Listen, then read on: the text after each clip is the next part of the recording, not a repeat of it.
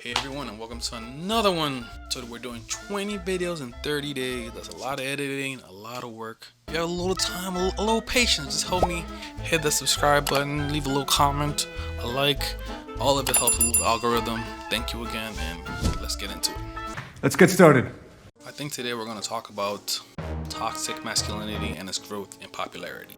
If you've not lived under a rock, you know who Andrew Tate is. Andrew Cobra Tate is currently the most viral person in the world. More people are searching for him than Kim Kardashian, the NHL, Joe Biden, and the entire country of Romania, which is where he currently resides. He gained over 2 million followers in the past few weeks, and that doesn't even represent how much dominance he's had over all of social media in the past few months. Why? Well, every couple of years, social media gets introduced to a new self-proclaimed alpha male, red pill finance expert who flaunts his lifestyle and work ethic, who is idolized by a community of other males online. But Andrew is not just a typical phony that's pretending to be something he's not for a little bit of YouTube views and Instagram followers. He really is a multimillionaire.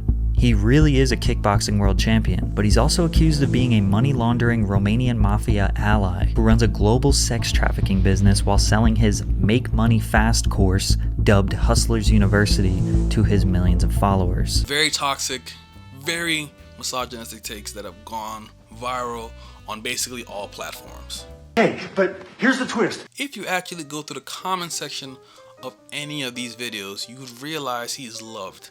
Despite saying extreme toxic things, there's a growth in like the manosphere for support of videos like that. See underneath his comment section talking about commentate, whatever you guys say, right? You guys are willing to take anybody, and I mean anybody, as a role model. I think today we're trying to explore why there's a growth in popularity for a guy like Andrew Tate. I think it starts with one, a lot of it involves watching the full context of things. I think most of the outrage towards him are from people who only watch the clips. I think to truly understand why there's popularity, you have to watch him in full context and see how he delivers his message.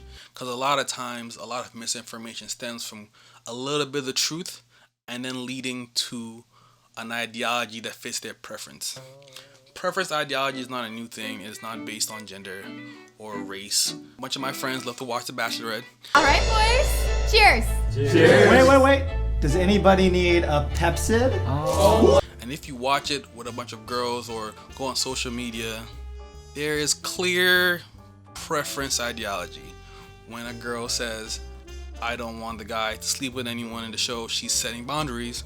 When the guy does it, he's being controlling. A lot of people fall for ideologies that best suit them. But with Andrew Tate, if you watch a full video of him and you remove the parts that are clear and blatant misogyny. I can tell she thinks she knows things, so I look forward to correcting her. But that's usually how life works. Clear, hypocritical statements. Like if you just remove the blatant clickbaity parts, there's actually a lot of insight in a lot of what he says. Innocent and guilty in and of itself is a false paradigm. You have to understand that the world we live in, there is no black and white. There's no such thing. It's all a sliding scale. If they want to find you guilty, they'll find you guilty. Like, I think it's true. I think guilt and innocence is not reality. I think if the government wants you to be guilty, or the government wants you to be innocent, you be guilty or you be innocent. Guilt and innocence is a construct and not a real thing. This is unfair. It's unjust. When people start taking little gems as, oh, this part might be credible, then I should take all of it as credible, when in reality he's giving some parts are credible and some parts are way out of line. A creature who is reliable, beyond suspicion, and above all, extremely gullible. I think another thing that really helps Andrew Tate grow in popularity is that he identifies with the struggles of men. In today's society, they've made being a man the easiest thing in the world. There's no struggle, there's no this, there's no that. It's an easy life. Society's built for your success, this and that.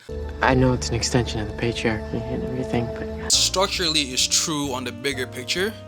On an everyday basis, on an individual basis, everyone goes through struggle. There's struggles of being a man, there's struggle of being a provider, there's struggle around having money. I think that he identifies with them, say that, hey, I know it's not easy having to come up with the money for your family.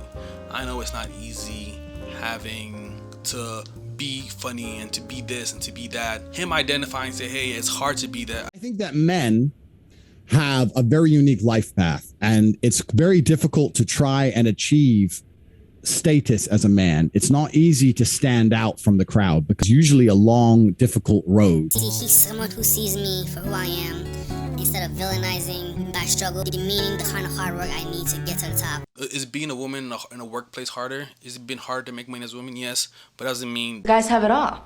which is I think is how it's portrayed a lot of ways in the media. Every single man since the dawn of human time had more than one woman.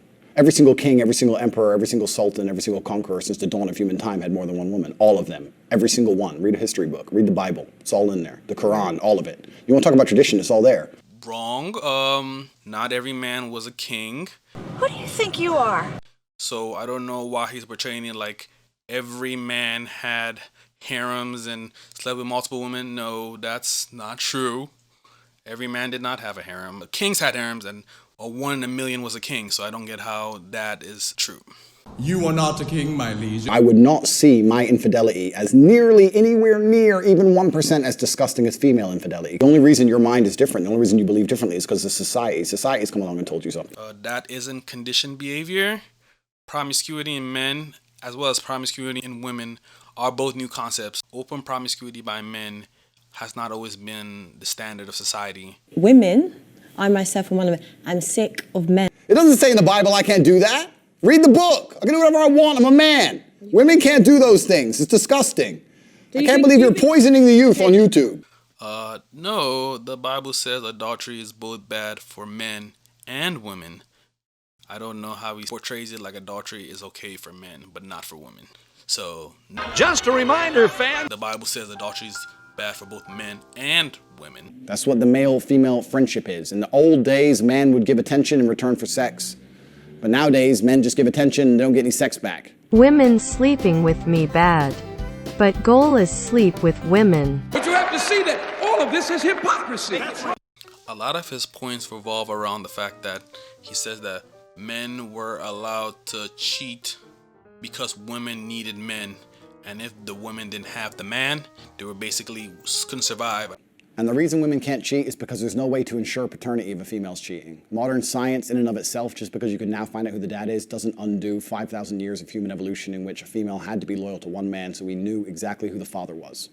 If a man has multiple partners, you know who the mother is, you know who the father is. If a woman has multiple partners, nobody knows who the dad is, nobody wants to look after the kid, and a woman with a child without a father or without a man around in the ancient world was toast. I think that's sort of backwards way of thinking. That's like saying, oh, throughout history, a black person couldn't survive without the help of a white person, and you preferred it that way. No, you create a structural system for one type of person to succeed. Beware the oppressor.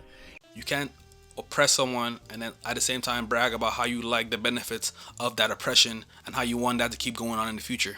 We got a good thing going here. And then a lot of the rest of the video was just flat hypocrisy, like straight flat hypocrisy. What would you do if I was going on girls' holidays every other month? I'd have to shut that down. I think it's disrespectful. Do you go on a lot of holidays? I can do whatever I want. This man has so many double standards, like it actually doesn't make sense. They're straight misogynistic. You're my woman, you're doing OnlyFans, you're selling my product.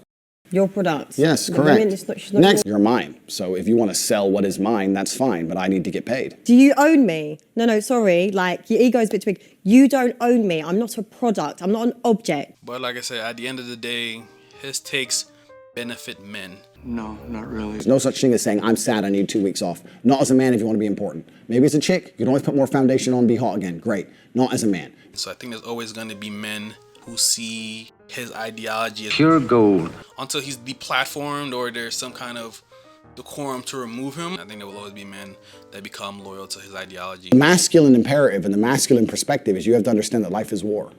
It's a war for the female you want. It's a competition. Every man's trying to get her. It's a war for the car you want. It's a war for the money you want. It's a war for the status. It's a war. Masculine life is war. If you had any thoughts of why you think toxic masculinity is growing, leave it in the comments. That's all for this video. Don't forget all the socials are at Movie Jacobs. Thank you for your time. Follow me, please. Don't forget to subscribe, post notifications on. Have a great day. Hope you liked it.